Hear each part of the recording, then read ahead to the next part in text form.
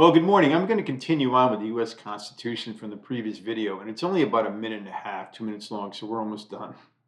Okay, Congress needs to step up as it still cannot improve with the repetitious poor attendance by delegates. And now back to term limits and perhaps age limits also. The critical issue with unlimited terms in the House and Senate is the corruptibility, laziness, and fixed ideologies of these representatives' calls for limits on their terms. Just observe the Mitch McConnells and Lindsey Grahams. They're lazy, predictable, and one-dimensional in their thinking and ideology. And they've become dinosaurs since we've allowed it to happen. As one pundit said, I'm not very comfortable with the frailty and corruptible nature of people, especially in government. These congressmen and senators make decisions that affect our lives to the core, and fully realizing that justice is not always easy to procure since we have a population of 332 million people. You can't please everyone. However, it falls back to the decisions that are made that seem to assist the wealthy and influential adults more than it does for the needy and poor. Next up is gun laws. Yes, we have made some progress in this area over the years, but not nearly enough as we still witness constant gun deaths every day in the news, and sometimes not in the news. As it remains, these gun laws get into the quintessential wrong hands. The young middle-aged man who can easily obtain one online. We need to institute universal background checks on everyone. Licensed gun dealers are required to do background checks, while unlicensed gun dealers are not.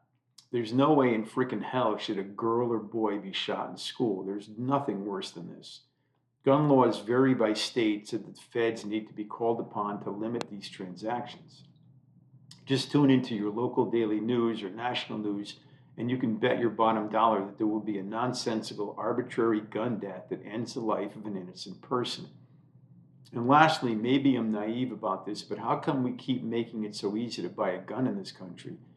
We need more younger legislators that are not owned by big business and bought and sold by money, typical of the Tammany Hall days. We desperately need to make so many changes in this country, and to be honest, I'm extremely disappointed in our legislature, as so many of them have no backbone, integrity, and little insight into humanity. We need more legislators like Sheldon Whitehouse, a senator from Rhode Island, and yes, that is his last name. He's probably the most progressive, intelligent, and visionary senator or legislator we have in this country.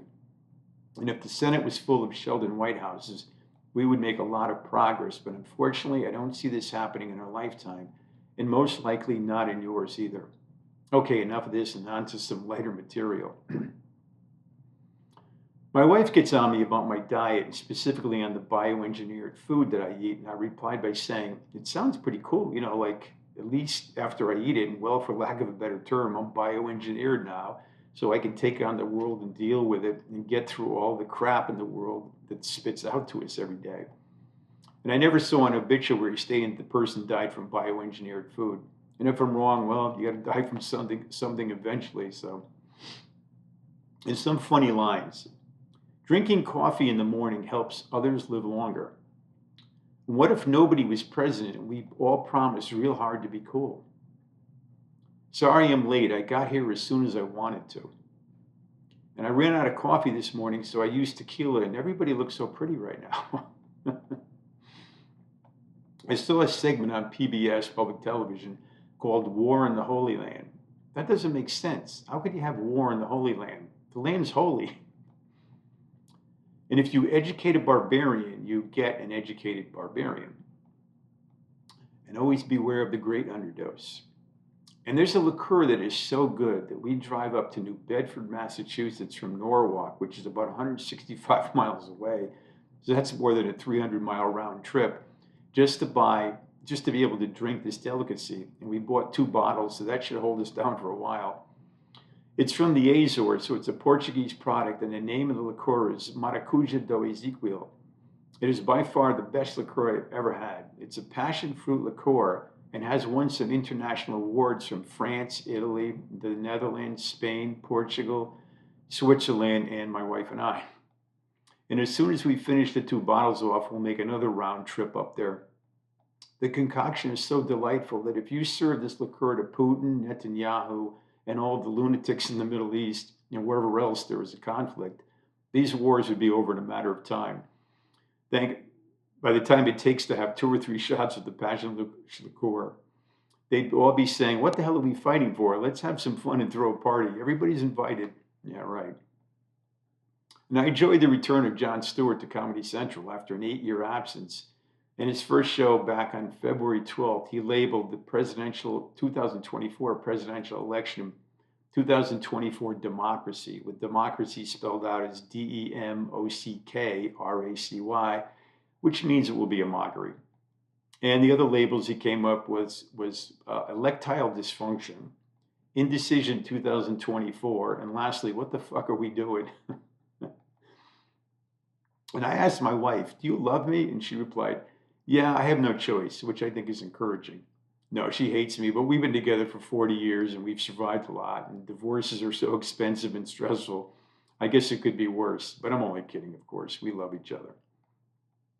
In the battle of the softie versus the hard ass, I find that the softies fare better than the hard ass in the long run. And as an example, I find that the hard ass personality is not flexible enough for the world, although there are occasions when can the hard ass comes in handy, especially under very difficult and trying scenarios. And I'm more of a softie. Well, I had to look up how much TV time is now allowed for advertising on a 30-minute broadcast, and it's now between 8 to 12 minutes, which I wasn't surprised at. I felt that some of the shows that I've watched seem to have more and more ads, and between the fast food and prescription drug companies, they get to put on a theatrical show and it can get really nauseating. The pharmaceutical companies create the symptom or symptoms since they have a captive audience of neurotic and compulsive people in this country who buy into this drama and false narrative. And yes, they're not all bad. Some of them are necessary for medical conditions. And for the Jardiance ads plastered all over our TV programs, the people that supposedly claim to have A1C, I get a kick out of the singing, dancing, and smiles of the performers, and I just hope the Jardiance works, although the information they list must not be false or misleading. So enjoy, because if you're viewing TV right now or online, you're sure to be seeing a pharmaceutical ad very soon with a lot of smiling, dancing, and laughing folks. And that should make you feel better. Social media should now be called anti-social media. You know, the lost, the lonely, the conspirators. Look, I don't mean to mock it. Just be careful and mindful of what you're getting into. And think independently. Don't allow yourself to get sucked into something that you can't get out of. And it's dangerous out there. I've never been the type of person that belongs to any clubs or organizations simply because I would never become a member of a club or organization that would have me as a member. And of course, that's from Groucho Marx. I love that one. I always get a kick out of the saying, the glass is half empty or half full. If you think it's half empty, then pour yourself more of whatever else you're drinking. And if you think it's half full, then I don't know, work it out somehow. And lastly, it's an imperfect world, and I'm a lifetime member.